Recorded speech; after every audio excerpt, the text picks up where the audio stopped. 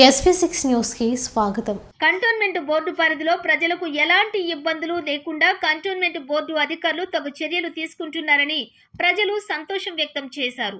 ఆయా ప్రాంతాలను ఎప్పటికప్పుడు పరిశుభ్రంగా ఉంచడం కేంద్ర ప్రభుత్వం గుర్తించి కంటోన్మెంట్ బోర్డుకు కేంద్ర ప్రభుత్వం అవార్డును ప్రకటించింది.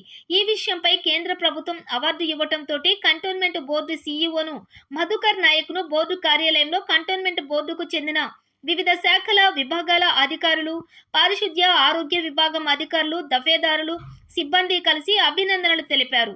పోర్టు సీఈఓ మధుకర్ నాయక్ నేతృత్వంలో పారిశుద్ధ్య సిబ్బంది అంతా కూడా డిఫెన్స్ ఏరియాలోని సివిల్ ఏరియాలోను ఎప్పటికప్పుడు పుట్టలుగా పడి ఉన్నటువంటి చెత్తను తీసివేయడంతో పాటుగా రోడ్డు పరిసరాలు శుభ్రంగా ఉంచినందుకు కేంద్ర ప్రభుత్వం గుర్తించి ప్రత్యేక అవార్డు ఇచ్చినందుకు కంటోన్మెంట్కు చరిత్రలో నిలిచిపోయిందని, ఈ అవార్డు మధుకర్ నాయక్ అధికారిగా ఉన్నప్పుడు లభించడం హర్షించదగినదని సిబ్బంది సంతోషం వ్యక్తం చేశారు.